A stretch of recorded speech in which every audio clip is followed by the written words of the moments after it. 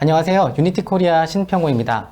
이번 세션의 제목은 유니티 프로파일링의 모든 것으로 유니티에서 제공하는 프로파일러를 활용하여 성능 병목 현상을 파악하는 방법에 대해서 다룰 예정입니다. 이번 데브엑스 세션은 라이브 챗을 운영하고 있습니다. 그래서 중간중간에 궁금하신 게 있으시면 채팅창에 질문을 주시면 저희가 답변 드리도록 하겠습니다. 목차는 다음과 같습니다. 프로파일러가 무엇인지, 여타 다른 도구와 어떤 차이가 있는지 먼저 살펴보고요. 프로파일러의 종류가 어떤 게 있는지도 알아볼 예정입니다. 이후 본격적으로 프로파일링 방법에 대해 살펴볼 건데요.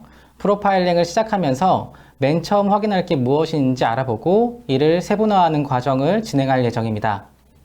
마지막으로 프로파일링에 사용할 각 도구의 사용법을 더 자세히 확인하고 이번 세션을 마무리하겠습니다. 우선 프로파일러가 무엇인지, 유니티의 프로파일러에는 어떤 것이 있는지 살펴보겠습니다. 유니티뿐만 아니라 다른 IDE들에서 화면과 같은 검증 도구를 제공하고 있습니다. 이미 각각 어떤 것인지 알고 계시겠지만 리마인드차 설명드려보도록 하겠습니다. 프로파일링 도구는 코드 실행과 관련된 타이밍 데이터를 계측하고 수집합니다. 이를 통해 일련의 시간 순서에 따라 어떤 동작이 얼마나 오래 진행되어 있는지 확인이 가능하기 때문에 성능 분석에 활용합니다. 디버깅 도구를 사용하면 프로그램 실행을 단계별로 수행하고 값을 일시 중지 및 검사할 수 있습니다. 예를 들어서 프레임 디버거를 사용하면 프레임 렌더링을 단계별로 실행하고 쉐이더 값을 검사하는 작업을 수행할 수 있습니다. 정적 아날라이저는 프로젝트를 실행할 필요 없이 소스 코드 또는 에셋을 분석하여 적절하게 설정되어 있는지를 추론합니다. 유니티에서는 프로젝트 어디터라는 정적 분석 도구를 제공하고 있는데요. 이를 통해 프로젝트 설정 및 리소스 설정이 정상적으로 되어 있는지, 소스 코드의 성능 부하를 이야기하는 코드가 있는지 확인할 수 있습니다. 프로파일링 방법에 대해 설명하기로 하고 디버깅 도구와 정적 아날라이저를 설명하여 조금 의아하셨을 수도 있는데요. 예를 든 것과 같이 프레임 디버거는 GPU 프로파일링에 활용하고요. 프로젝트 어디터는 전반적인 성능의 사전 검토를 위해 사용하고 있습니다.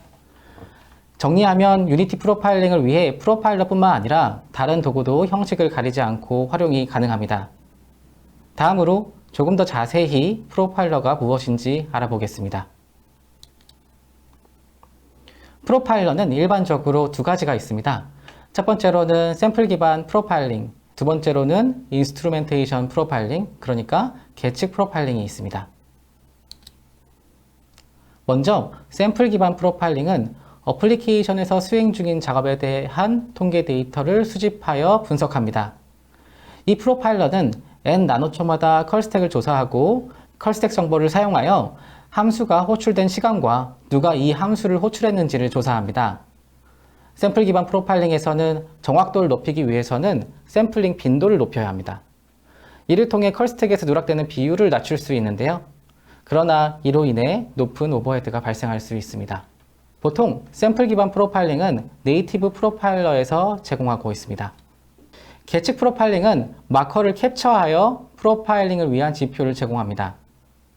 먼저 프로파일러 마커를 추가하여 주요 동작을 실행하는 데 걸리는 시간을 기록할 수 있게 하고 프로파일링 과정에서 이 코드를 계측하게 됩니다. 이 프로파일링 방식은 각 마커에 대한 시작 및 종료 이벤트 스트림을 캡처합니다. 샘플 기반 프로파일링에 견주어 인스트루멘테이션 프로파일링은 정보가 유실되지는 않습니다. 하지만 프로파일링 데이터를 캡처하기 위해 배치되는 마커에 의존하게 됩니다. 그러니까 마커가 없다면 계측되지 않습니다. 유니티 프로파일러는 계측 기반입니다. 대부분의 유니티 API에는 마커가 설정되어 있는데요. 이를 통해 제공되는 정보와 오버헤드 사이의 균형을 잘 유지하고 있습니다. 중요한 기본 기능 및 스크립팅 코드 기반 메시지 콜은 너무 많은 오버헤드를 발생시키지 않으면서 가장 중요한 동작을 캡처합니다. 만약 주어진 정보가 부족한 경우에도 사용자 정의 프로파일러 마커를 추가하거나 디프로파일링을 사용하여 더 깊이 들어갈 수 있는 옵션을 제공하고 있고요. 이를 통해 코드의 성능을 탐색하고 빠르게 최적화가 필요한 부분을 발견할 수 있습니다. 계측된 정보는 일반적으로 유니티 네이티브 코드에서 매니지드 코드로의 첫 번째 콜스택 정보를 포함하고 있습니다. 이를테면 스타트, 업데이트, 픽스드 업데이트 등과 같은 일반적인 모노비헤이비어 함수가 포함된다고 볼 수 있습니다. 또한 프로파일러에서 유니티의 API를 재호출하는 매니지드 스크립팅 코드의 하위 샘플도 볼 수 있습니다. 유니티에서 성능 오버헤드를 수반하는 대부분의 API는 계측되도록 구현되어 있는데요. 이를테면 카메라.main을 사용하게 되면 프로파일 캡처에 find main 카메라 마커가 나타나게 됩니다. 유니티는 에디터와 하드웨어 모두에서 코드를 분석하고 최적화할 수 있는 다양한 프로파일링 도구를 제공하고 있습니다. 이 프로파일링 도구는 에디터에서 기본 제공하는 경우도 있고요. 패키지 관리자를 통해 설치해서 사용해야 할 수도 있습니다. 보고 계신 슬라이드에서 유니티가 제공하는 주요 프로파일러를 보실 수 있는데요. 하나씩 살펴보겠습니다. 유니티의 기본 프로파일러를 사용하면 유니티 에디터 자체의 성능을 측정할 수 있고요. 플레이 모드에서 게임 성능을 측정할 수도 있습니다. 또한 어플리케이션을 디벨롭먼트 모드로 빌드하여 실행하려는 디바이스에 설치한 뒤 프로파일러를 연결하여 대상 기기에서 직접 프로파일링을 수행할 수도 있습니다. 디벨롭먼트 모드로 빌드하게 되면 마커 정보가 빌드에 포함되게 되고요. 이를 통해 각 마커의 계측이 가능해집니다. 프로파일링 코어 패키지는 패키지 매니저를 통해 설치할 수 있습니다. 이 도구를 활용하면 유니티 프로파일러에서 캡처할 때 원하는 마커를 추가할 수 있습니다. 계측되지 않는 정보가 있는 경우에는 사용자가 원하는 위치에 이 도구를 사용하여 마커를 정의하고 이를 프로파일러에서 노출시키게 됩니다. 메모리 프로파일러는 별도의 패키지로 배포됩니다. 유니티에서 기본 제공하는 프로파일러의 메모리 모듈이 제공하지 못하는 자세한 메모리 성능 분석 정보를 제공하는 도구입니다. 프로파일러 애널라이저에는 새로운 변경사항이 어플리케이션 성능에 미친 영향을 분석하기 위해 두 개의 프로파일링 데이터 세트를 함께 비교할 수 있는 도구를 제공하고 있습니다. 이를 통해 일정 시간 동안 가장 많이 리소스를 점유한 마커에 대한 인사이트를 제공합니다. 프레임 디버거를 사용하게 되면 각 프레임의 렌더링 파이프라인에서 이루어지는 동작을 확인하고 배치가 실패하는 원인을 추적할 수 있고요. 프로젝트 어디터를 사용하면 정적 분석된 성능 검토 결과를 확인할 수 있습니다. 각 도구에 대해 간단히 설명드렸는데요. 각각의 도구에 대해서는 뒤에서 보다 더 자세히 다룰 예정입니다. 지금 보시는 화면이 유니티 기본 프로파일러입니다. 프로파일러는 프레임당 성능 매트릭을 캡처하고 이를 시각화하는 기능을 제공하고 있으며 이를 통해 성능 병목 현상을 확인할 수 있습니다. 화면 좌측의 붉은 네모와 같이 CPU와 GPU의 사용량, 렌더러, 메모리, 피직스 등과 같은 모듈을 제공하고 이 모듈을 사용하여 세부 정보를 드릴다운 할 수 있습니다. 프로파일러 하단에 표시된 패널에서는 선택된 프로파일러 모듈에 캡처된 세부 정보를 볼 수 있습니다. 예를 들어 CPU 사용량 프로파일러 모듈은 CPU 작업의 타임라인 또는 하이라키 보기를 제공하고 있습니다. 기본적으로 프로파일러는 유니티 에디터 플레이어 인스턴스에 연결됩니다. 다만 에디터에서 프로파일링 하는 것과 스탠드얼론 빌드를 프로파일링 하는 것 사이에는 성능에 큰 차이가 있어 사용에 유의해야 합니다. 특히 프로파일러를 대상 하드웨어에서 직접 실행할 수 있도록 스탠드얼론 빌드에 연결하면 에디터 오버헤드 없이 가장 정확한 결과를 얻을 수 있습니다. 그렇기 때문에 반복적으로 테스트가 필요한 상황이 아니라면 최종 단말용 빌드를 제작하여 프로파일링 결과를 정확하게 확인하는 것이 중요합니다. 딥프로파일링은 C# getter 및 setter 함수를 포함하여 모든 스크립트 함수의 시작 및 끝에 마커를 자동으로 삽입합니다. 이를 통해 전체 프로파일링 상세 정보를 제공하지만 프로파일링 과정에서 기록된 콜수가 상대적으로 많아져 오버헤드가 발생합니다. 만약 세부적으로 프로파일링이 필요한 위치를 알고 있다면 직접 프로파일러 마커를 정의하는 것이 효율적일 수 있습니다. 프로파일러 마커를 코드에 수동으로 삽입하면 전체 딥프로파일링 오버헤드를 발생시키지 않고 프로파일링의 상세 정보를 확인할 수 있기 때문입니다. 다음으로 프로파일링 워크플로우를 살펴보겠습니다. 프로파일링을 시작하고자 한다면 처음에는 오버뷰를 확인하는 등 높은 수준에서 프로파일링을 수행하고요. 단계적으로 원인을 좁혀 마지막에 딥프로파일링을 수행합니다. 이 높은 수준의 접근 방식을 사용하여 데이터를 수집하고 핵심 게임 루프 영역에서 원치 않는 매니지드 할당이 있는지, 혹은 너무 많은 CPU 타임을 야기하는 동작이 있는지 살펴보게 됩니다. 이를 통해 주요 병목을 찾고 보다 자세한 문제를 확인하게 되는데요.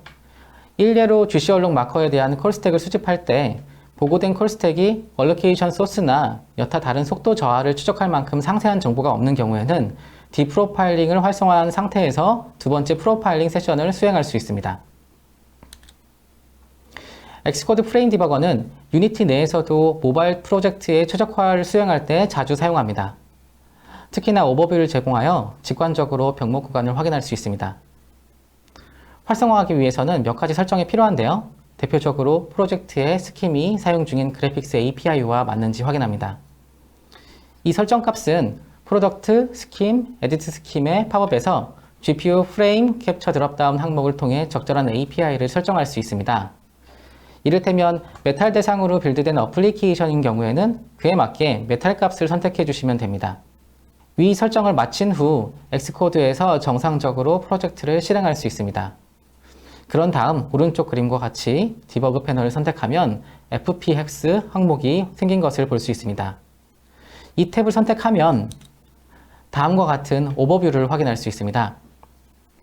엑스코드에서 iOS 게임을 실행할 때 FPS 패널에 총 CPU 및 GPU 시간이 포함된 막대 차트가 표시되기 때문에 어느 것이 더 상대적으로 높은지 확인할 수 있습니다. 다만 여기에서 주의해야 하는 것은 CPU 시간에는 모바일 디바이스에서 항상 활성화되는 V싱크를 기다리는 데 소요되는 시간이 포함됩니다. 그렇기 때문에 CPU 시간이 높다고 무조건 CPU 병목으로 단정해서는 안 됩니다. 유니티 에디터는 정확한 CPU 프로파일링 데이터의 확인이 어렵기 때문에 엑스코드와 같이 시각화된 화면을 제공하고 있지는 않습니다. 하지만 계략적으로 확인할 방법은 있습니다. 유니티 프로파일러는 기본적으로 GPU 모듈이 비활성화되어 있는데요. 이를 활성화하고 하단 라이브 버튼을 누르면 CPU와 GPU의 프레임 타임을 확인할 수 있습니다. 이를 통해 엑스코드 프레임 디버거와 유사하게 전반적인 오버뷰를 예상해 볼 수 있습니다. 이뿐만 아니라 유니티 프로파일러는 간접적으로 성능 병목 현상의 위치를 식별하기에 충분한 정보를 제공하고 있기 때문에 이를 통한 파악도 가능합니다. 화면에 보시는 플로우 차트는 병목이 어디인지 확인하는 방법과 각 단계에 따른 초기 프로파일링 절차를 이해하는 데 도움이 되는 내용을 담고 있습니다. 우선 목표로 했던 프레임 버진 내에서 프레임 타임이 동작하고 있는지 확인합니다. 문제가 없다면 메모리 프로파일링 단계로 넘어가도 되겠지만 그렇지 않은 경우 병목을 살펴봐야 합니다. 첫 번째로는 메인 스레드가 렌더 스레드를 대기하고 있는지 확인해 볼 수 있는데요. 만약 그렇다면 그 대기 상태가 GPU로 인한 것인지 체크해야 합니다.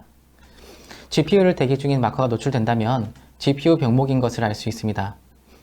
반대로 GPU를 대기하고 있는 게 아니라면 렌더 스레드 병목이 됩니다. 다시 돌아와서 렌더 스레드를 대기하고 있는 게 아니라면 주요 마커를 확인하여 메인 스레드 병목인지 잡 워커 스레드 병목인지 파악할 수 있습니다. 메인 스레드나 워커 스레드 병목인 경우에는 유니티 프로파일러나 아날라이저를 사용하여 가장 큰 비용이 발생하는 구간을 살펴보게 됩니다. 이때 디프로파일링이나 컬스택 뷰를 활용할 수도 있고요.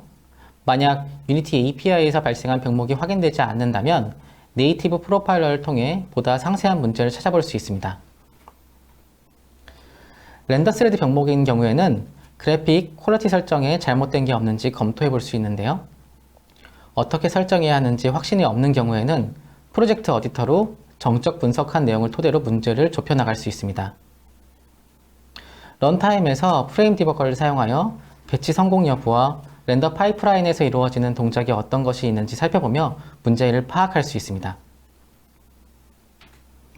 GPU 병목인 경우에는 렌더 스레드 병목과 마찬가지로 설정을 우선적으로 검토하고요. 프레임 디버거를 통해 렌더 파이프라인에서 어떻게 동작이 수행되는지 디버깅합니다. 엑스코드의 경우 GPU 프로파일러와 디버거를 제공하여 보다 수월하게 문제 분석이 가능하고요.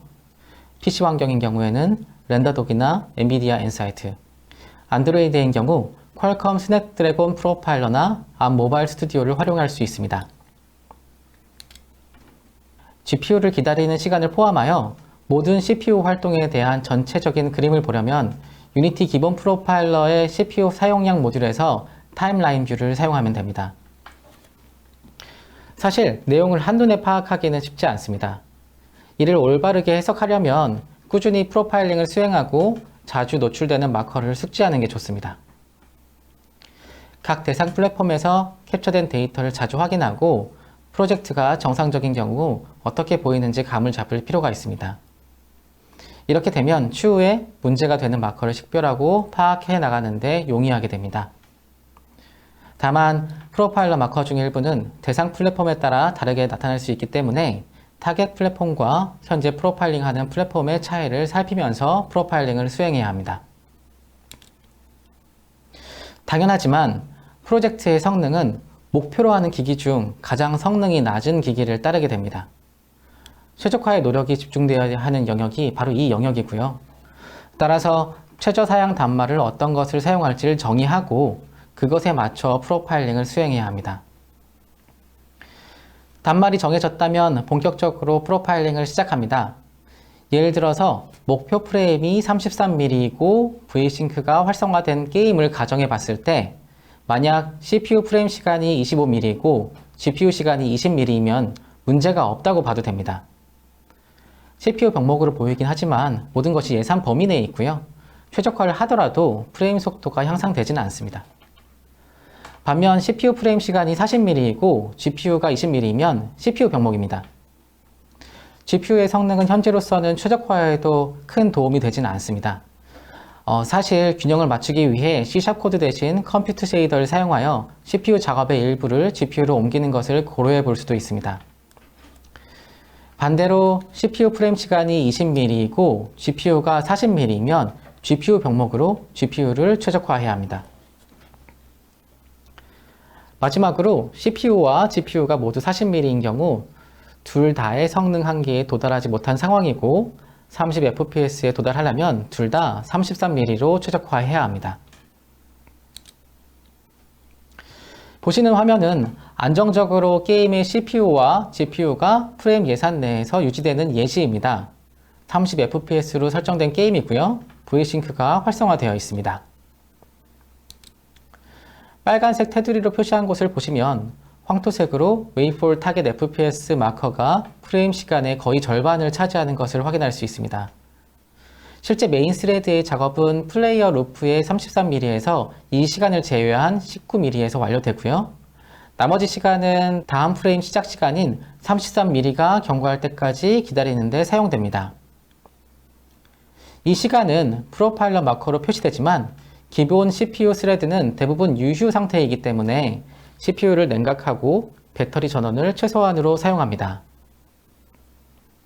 물론 V싱크가 비활성화된 경우도 있고 다른 플랫폼에서는 주의해야 할 마커가 다를 수는 있습니다.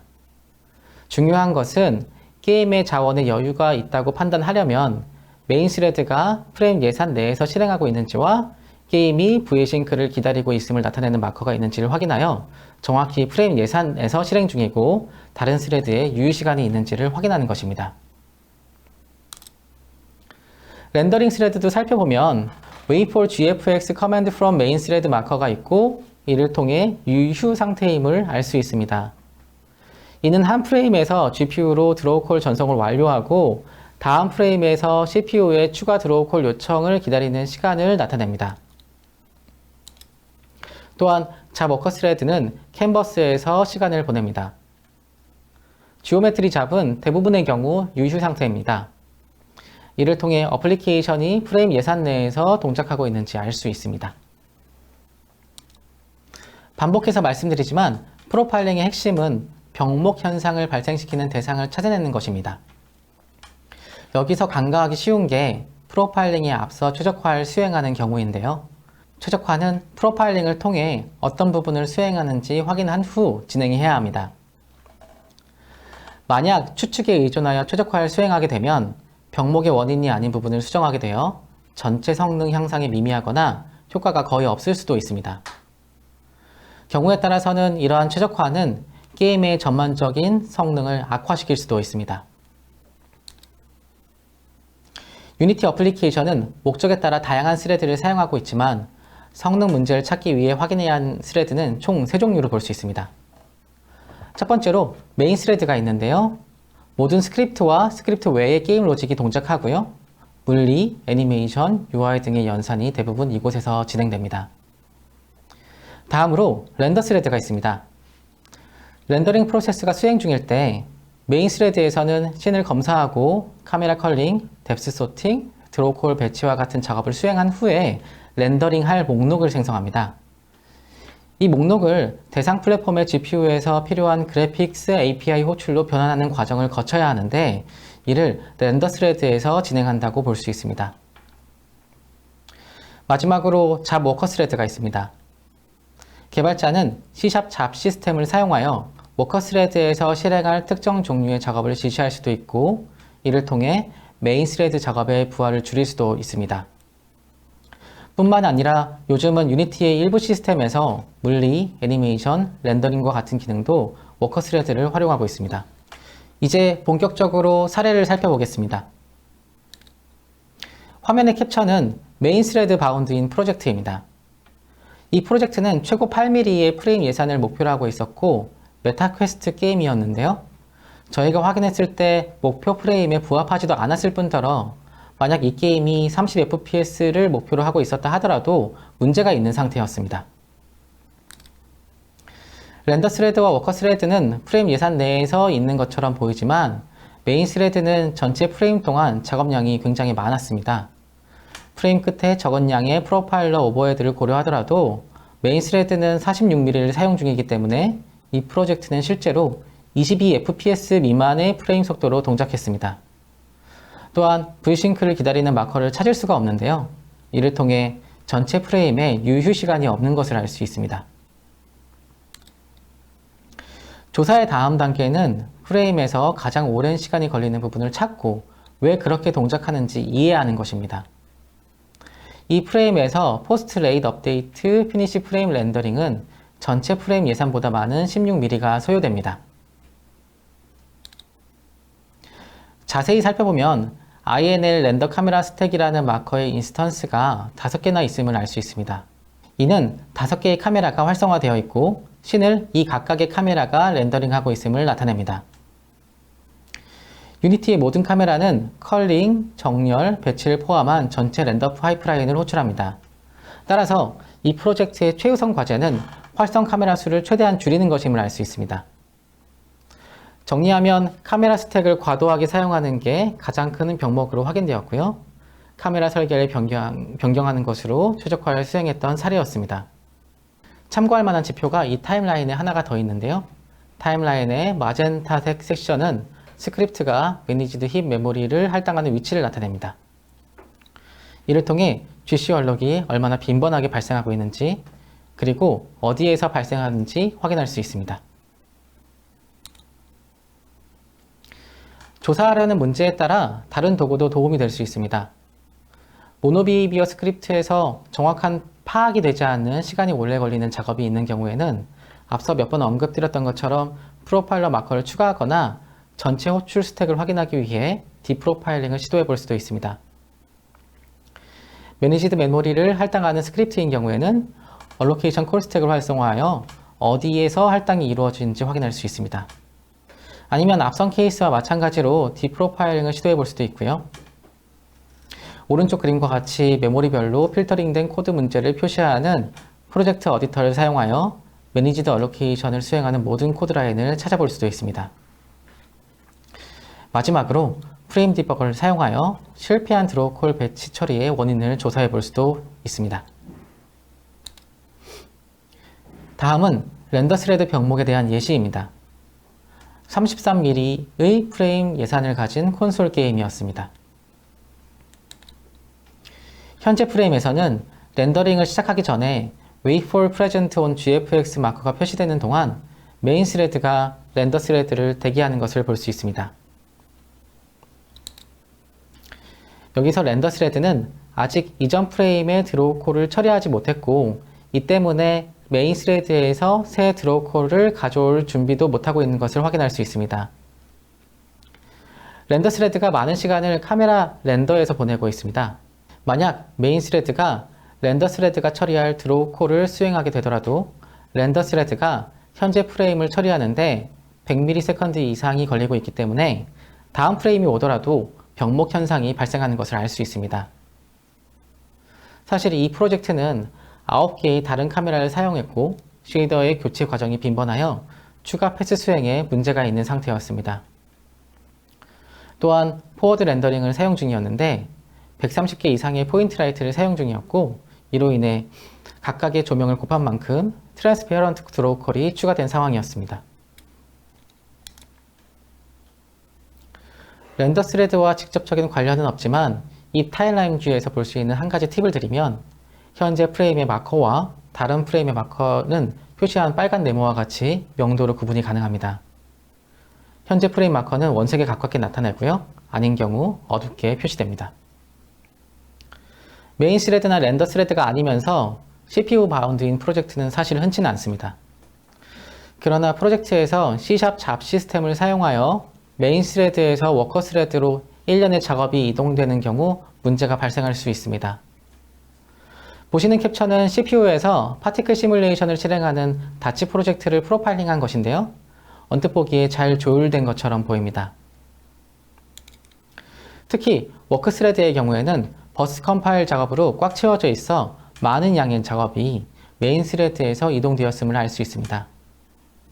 일반적으로 이것은 올바르게 구현한 것이 맞습니다. 그러나 메인 스레드에서 프레임 시간 48mm를 사용하고 있는 것을 볼 수 있는데요. 특히 회색으로 표시한 웨이폴 작그룹 ID 마커가 35mm를 사용하고 있어서 프레임 지연이 발생하는 것을 알 수 있습니다. 웨이폴 작그룹 ID는 워커 스레드에 비동기적으로 잡이 실행되도록 메인 스레드가 예약해둔 것을 나타냅니다. 이때 메인 스레드가 다음 동작을 하기 위해선 앞선 잡의 결과를 받아 워커 스레드의 잡 실행을 완료해야 합니다. 따라서 워커 스레드의 부하로 인해 메인 스레드가 대기하게 만드는 것을 파악할 수 있습니다. 웨이폴 작그룹 ID 아래의 파란색 프로파일러 마커는 작업이 더 빨리 완료되도록 하기 위해 대기하는 동안 메인 스레드가 잡을 실행하는 것을 보여줍니다.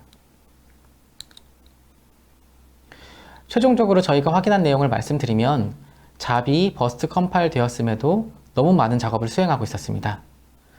잡에서 진행한 알고리즘은 가까운 파티클을 찾는 로직이었는데 이것을 더 최적화하거나 덜 시뮬레이션한 형태로 구현했어야 합니다. 아니면 무거운 잡을 프레임 시작이 아닌 마지막에 스케줄했다면 다음번 프레임 시작 시점까지 기다릴 필요가 없었을 수도 있습니다. 만약 워커 스레드의 병목이 의심되는데도 불구하고 원인 확인이 수월치 않다면 프로파일러의 CPU 모드를 활성화하고 타임라인 뷰에 있는 플로우 이벤트 기능을 사용하여 작업이 예약된 시간과 메인 스레드에서 결과가 예상되는 시간을 조사해 볼 수 있습니다. 다음으로 GPU 병목의 사례를 살펴보겠습니다. 메인 스레드가 Wait4 Present on GFX와 같은 마커에서 많은 시간을 보내고 렌더 스레드가 GFX Present Frame 또는 Wait4 Last Present와 같은 마커를 동시에 표시하는 경우에는 어플리케이션을 GPU 병목으로 볼 수 있습니다. GFX Present Frame 마커가 나타나는 시간 중의 일부는 V싱크를 기다리는 것과 관련이 있을 수 있지만 이 프로파일러 마커의 길이가 너무 길다는 것은 이 시간의 대부분이 GPU가 이전 프레임 렌더링이 끝나기를 기다리는데 사용했음을 나타냅니다. 실제로 이 게임에서 GPU로 전달되는 드로우 콜은 일반적인 상황 대비 쉐이더를 3배를 의도치 않게 사용하고 있었고 그것이 GPU 바운드의 원인이었습니다. 유니티에서는 우선적으로 프레임 디버거를 통해 GPU 병목의 원인을 찾아볼 수 있습니다. 다만 해당 내용을 뒤에서 자세히 다룰 예정이기 때문에 이 장에서는 생략하겠습니다. 만약 유니티에서 프레임 디버거를 통해 원인 확인이 어려운 경우에는 네이티브 프로파일러를 활용할 수 있습니다. 이 중 iOS 환경이 구축되어 있다면 엑스코드 프레임 디버깅을 쓰는 것을 추천드립니다. 왜냐하면 타사 GPU 프로파일러 대비 환경 구축도 용이하고요. 정확한 연산 시간과 상세한 정보를 볼 수 있기 때문입니다. 보는 방법은 화면과 같이 디버깅이 시작된 후 프레임 캐쳐 버튼을 눌러 GPU 워크로드를 보는 단계로 넘어가면 됩니다. 보시는 화면이 GPU 워크로드를 볼 수 있는 화면인데요. 프레임의 각각의 스텝이 얼마나 오랫동안 연산하는지 확인할 수 있고요. 쉐이더 코드의 경우에도 각 라인에서 발생하는 비용에 대해 측정이 가능합니다. 마지막으로 유니티에서 제공하는 프로파일러 사용법을 설명드리겠습니다. 유니티 어플리케이션을 빌드하여 프로파일링하기 위해서는 프로파일러 마커가 포함된 디벨롭먼트 빌드를 사용해야 하는데요. 빌드 설정 메뉴에서 디벨롭먼트 빌드가 체크된 상태로 빌드를 하시면 됩니다. 만약 프로파일링을 앱 실행과 동시에 진행하기 원하는 경우 오토 커넥트 프로파일러 체크박스를 선택하여 원하는 프로파일링을 수행할 수 있습니다. 다만 이 경우 초기화를 위해 최대 10초 정도 대기하는 시간이 발생합니다. 오토 커넥트 프로파일러를 활성화하지 않아도 언제든지 실행 중인 빌드에 수동으로 연결할 수 있기 때문에 이 기능은 첫 번째 씬을 초기화하는 과정에서만 활용하시는 것을 권장드립니다.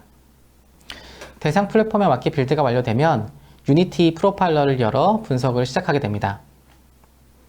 앞서 설명한 것처럼 오버헤드를 최소화하기 위해 필요하지 않은 프로파일러 모듈을 비활성화하는 게 좋습니다.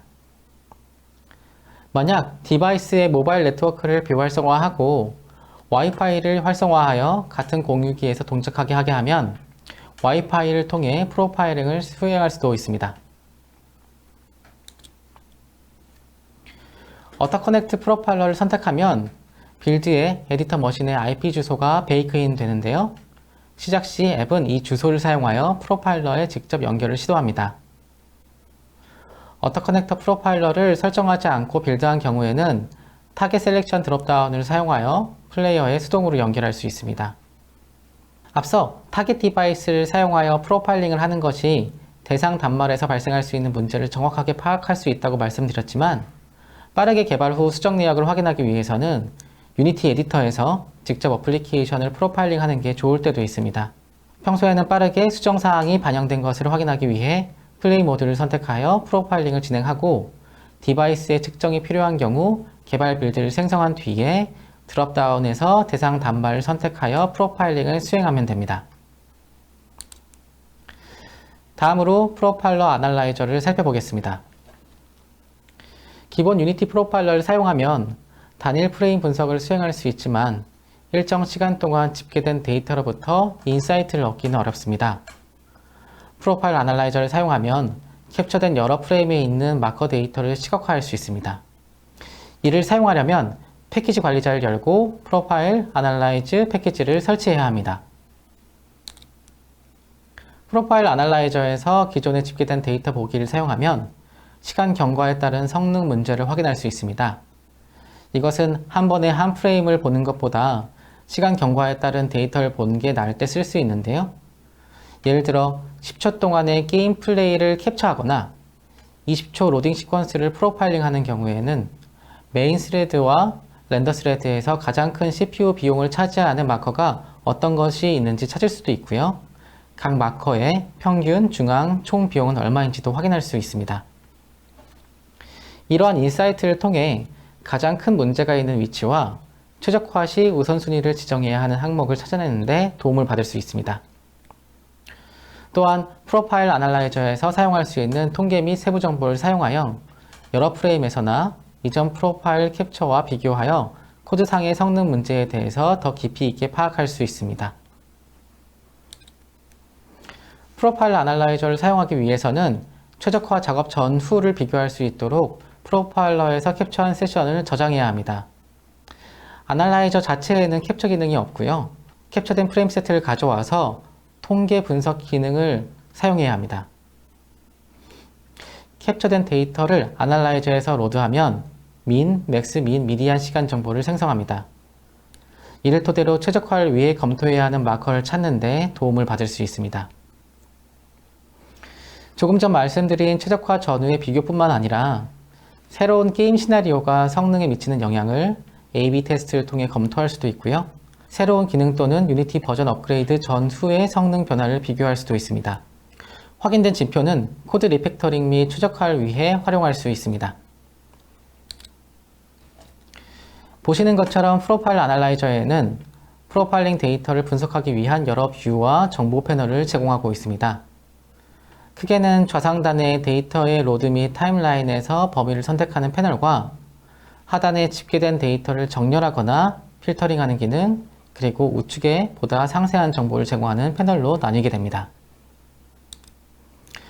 프레임 컨트롤 패널은 단일 프레임이나 일정 범위를 선택하는 데 사용합니다. 선택하면 마커 목록과 세부 정보창이 업데이트 되는데요. 이 목록은 다양한 통계 정보가 포함되어 있고 원하는 열을 선택하여 정렬할 수도 있습니다. 마커 요약창에는 선택한 마커에 대한 자세한 정보가 표시됩니다. 프로파일 애널라이저는 크게 싱글 뷰와 컴페어 뷰를 제공합니다.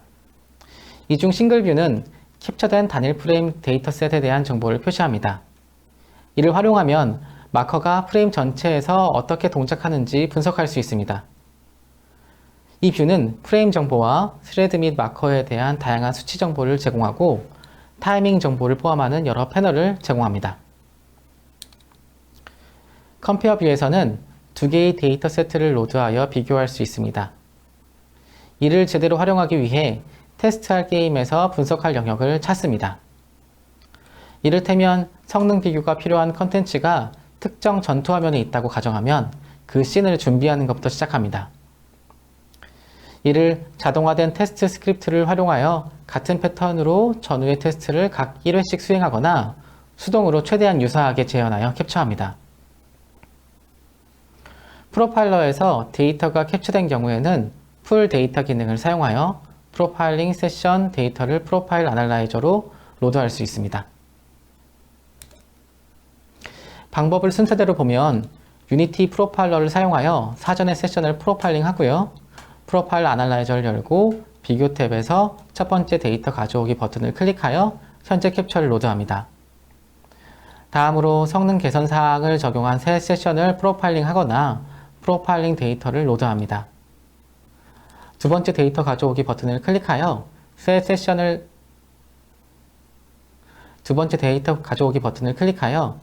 세션 데이터를 로드하면 각각의 세션을 비교할 준비가 완료됩니다.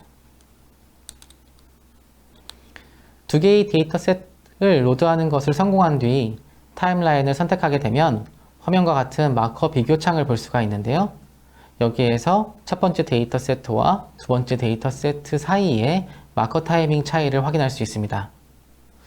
왼쪽, 오른쪽 각각의 화살표는 표시된 열의 데이터 세트의 값이 얼마나 더 큰지를 보여줍니다. 다음으로 메모리 프로파일러를 살펴보겠습니다. 메모리 프로파일러는 2022.2부터 정식 버전을 제공합니다. 이전까지는 익스페리멘탈 상태로 제품을 제공하고 있었고 패키지 매니저에 등록되어 있지 않아 Add Package from Git URL을 통해 추가했어야 했는데요. 이제는 유니티 레지스트리에서 메모리 프로파일러를 찾아 애드할 수 있게 되었습니다. 아직 2022.2를 사용하지 않은 개발자분들도 많기 때문에 뒤에서 두 프로파일러를 비교해 가면서 설명드릴 예정입니다. 메모리 프로파일러 창의 왼쪽에는 워크벤치 영역이 있습니다. 이것을 사용하여 여러 개의 저장된 메모리 스냅샷을 관리할 수 있습니다. 이 영역에는 싱글 뷰나 컴페어 스냅샷 뷰로 전환할 수 있는 기능도 제공하고 있는데요. 프로파일 애널라이저와 마찬가지로 메모리 프로파일러를 사용하면 두 메모리 스냅샷을 로드하여 비교할 수 있습니다. 이것은 시간 경과에 따른 변화나 씬 사이에서 메모리 사용량이 어떻게 증가하는지를 확인하고 메모리 누수를 탐색할 때 특히 유용합니다. 메모리 프로파일러의 기본 창에는 서머리 뷰와 메모리 스냅샷을 자세히 살펴볼 수 있는 여러 탭을 제공하고 있습니다.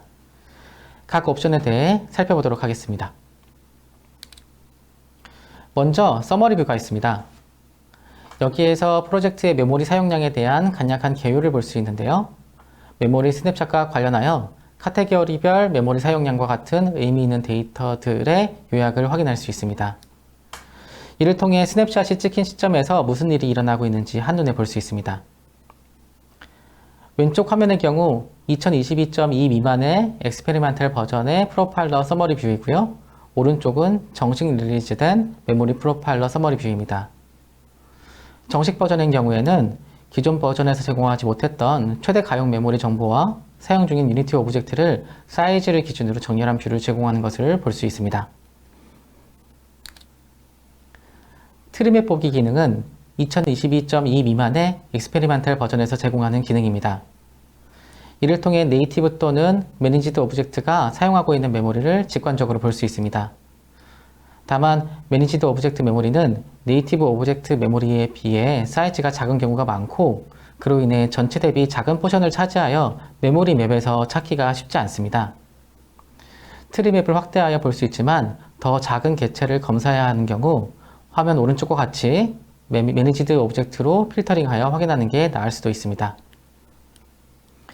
트리맵에 사용 중인 객체의 오버뷰를 볼 수 있지만 각 객체를 선택하게 되면 트리맵 하단에 테이블이 갱신되면서 보다 상세한 정보를 얻고 원하는 특정 오브젝트를 선택하여 조사할 수 있습니다. 또한 테이블 행 또는 이를 나타내는 트리맵 그리드 셀을 선택하게 되면 측면에 있는 세부 정보 패널이 갱신되게 되는데요. 이 목록에서 오브젝트를 참조하는 항목과 이 참조가 있는 매니지드 클래스 필드를 추적할 수도 있습니다. 측면이 숨겨져 있는 경우 도구 모음창 오른쪽 상단 부분에 있는 느낌표 모양의 토글 버튼을 눌러 표시되도록 할 수 있습니다. 트리맵을 사용할 때 주의해야 할 게 있는데요. 트리맵은 메모리에 있는 오브젝트만 표시합니다. 추적된 메모리의 전체를 보여주는 것이 아닙니다. 메모리 사용 오버뷰에 있는 숫자가 추적된 메모리의 총계와 같지 않을 수 있는데 이러한 것이 원인인 것을 미리 파악해 둘 필요가 있습니다. 구체적인 원인을 살펴보면 모든 네이티브 메모리가 오브젝트에 연결되어 있지 않을 수도 있고요. 실행 파일 및 DLL, 네이티브 어레이 등과 같은 오브젝트와 관련되지 않은 얼로케이션이 있을 수 있습니다. 오브젝트 앤 얼로케이션 뷰에서는 모든 오브젝트와 네이티브 오브젝트, 매니지드 오브젝트, 네이티브 얼로케이션들을 볼 수가 있고요. 붉은 네모로 표기한 콤보 박스를 클릭하여 기존에 생성된 항목을 토대로 필터링할 수 있습니다. 2022.2 이상에 포함되어 있는 정식 버전에서는 앞서 말씀드린 것처럼 제공하는 뷰가 다르게 구성되어 있습니다. 우선 유니티 오브젝트 뷰를 살펴보면 전체 사용량 대비 유니티 오브젝트가 사용 중인 메모리를 확인할 수 있고요. 하단 상세 테이블에서 항목별로 전체 대비 사용량뿐만 아니라 해당 항목이 사용하는 네이티브 사이즈와 매니지드 사이즈도 확인할 수 있습니다.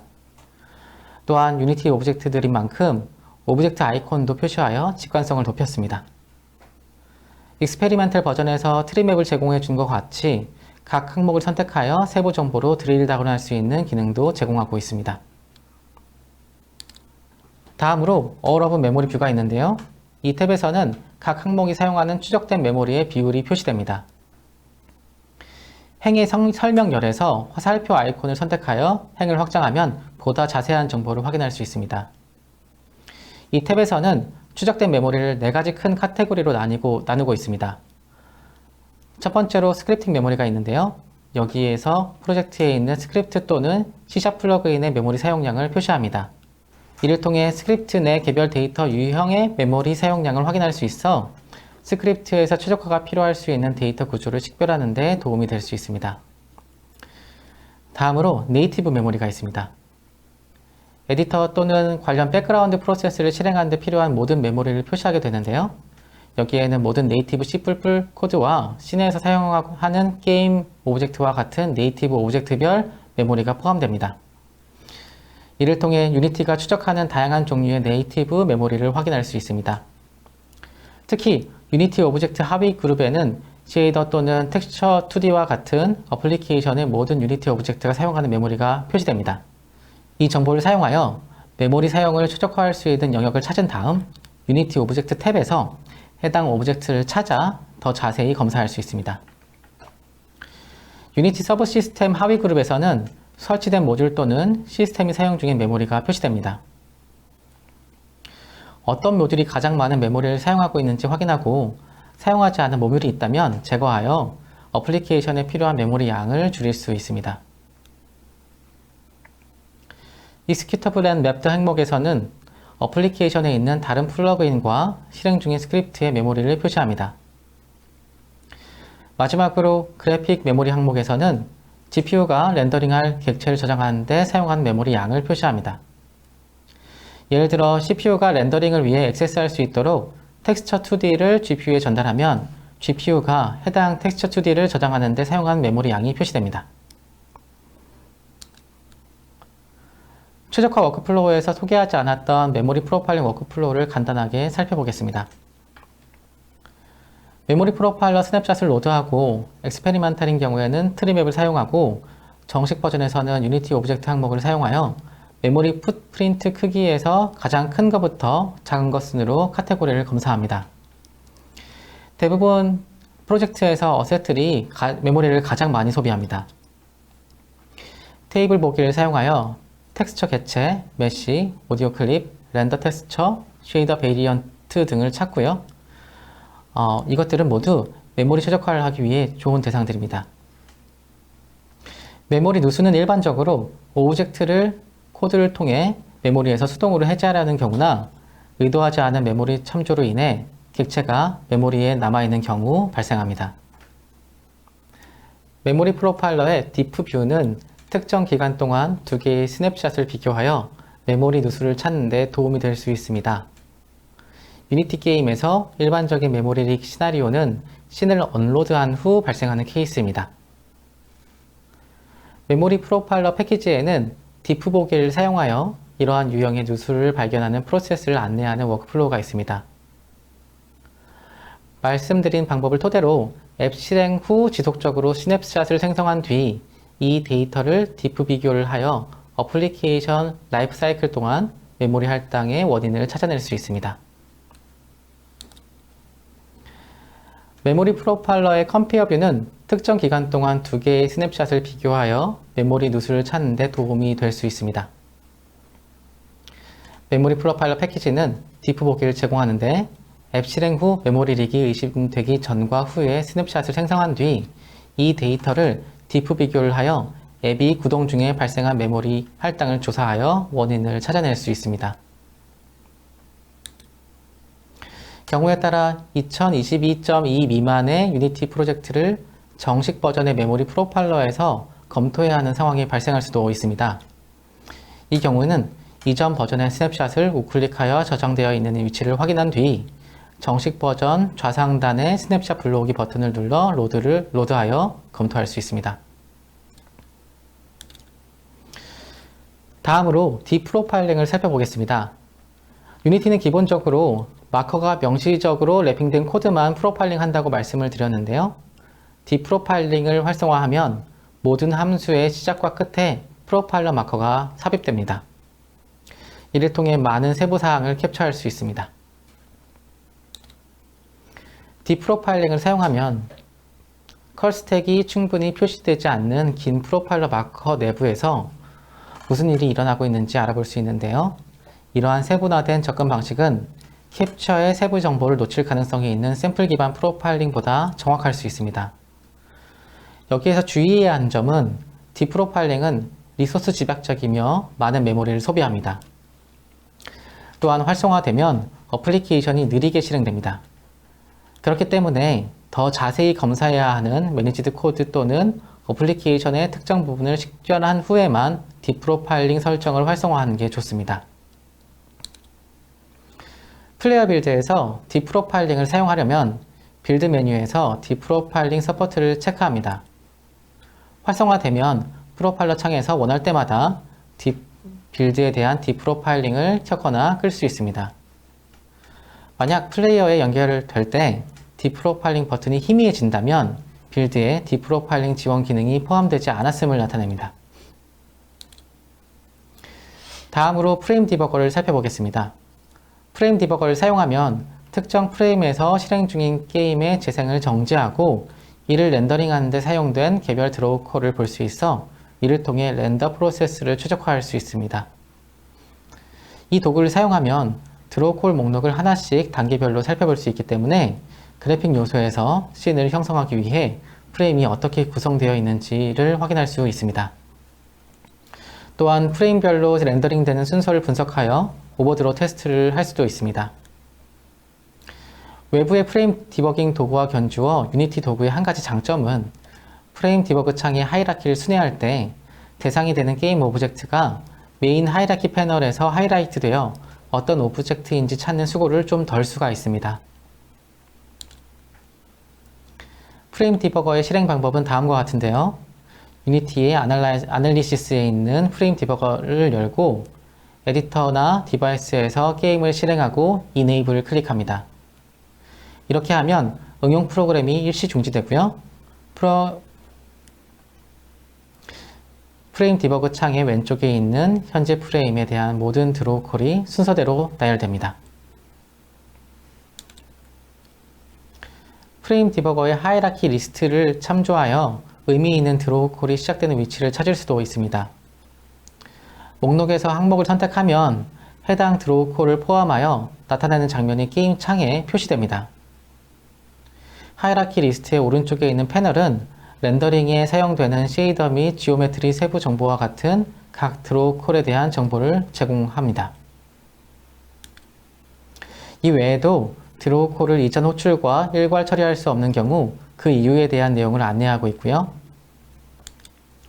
현 시점에서 쉐이더에 제공된 속성값에 대한 정보도 확인할 수 있습니다.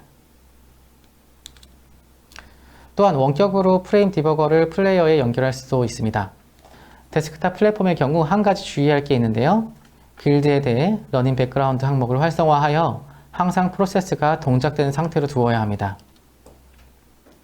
프레임 디버깅을 빌드에서 진행하는 방법을 간략하게 말씀드리면 디벨롭먼트 빌드를 만들고 이 플레이어를 실행합니다. 다음 에디터에서 프레임 디버그 창을 열고요. 플레이어 선택 드롭다운을 클릭하고 실행 중인 어플리케이션을 선택한 이후에 활성화를 클릭하여 프레임 디버깅을 시작할 수 있습니다. 이제 프레임 디버그 하이라키 리스트에서 드로우 콜 및 이벤트를 단계별로 실행하고 활성 플레이어에서 결과를 관찰할 수 있습니다. 마지막으로 프로젝트 어디터를 살펴보겠습니다. 프로젝트 어디터는 정적 분석 도구로 유니티 프로젝트에 있는 어셋과 설정 정보, 그리고 스크립트를 분석하여 성능상 병목을 야기할 수 있는 부분을 사전에 점검해주는 도구입니다. 현재까지는 0.9 프리뷰가 제공되고 있으나 정식 버전이 아님에도 풍부한 지표를 제공해주고 있어 사용하는 것을 권장드립니다.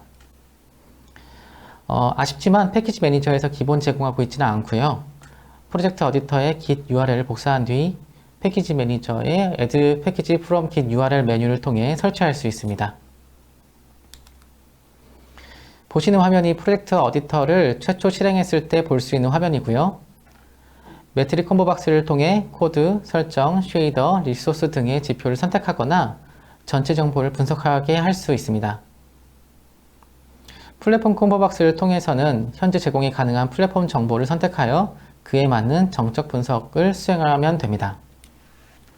원하는 매트릭과 플랫폼을 설정한 뒤 우측 하단의 아날라이즈 버튼을 누르거나 그 오른쪽에 있는 데이터 불러오기 버튼을 눌러 기존에 추출한 데이터를 가져올 수 있습니다.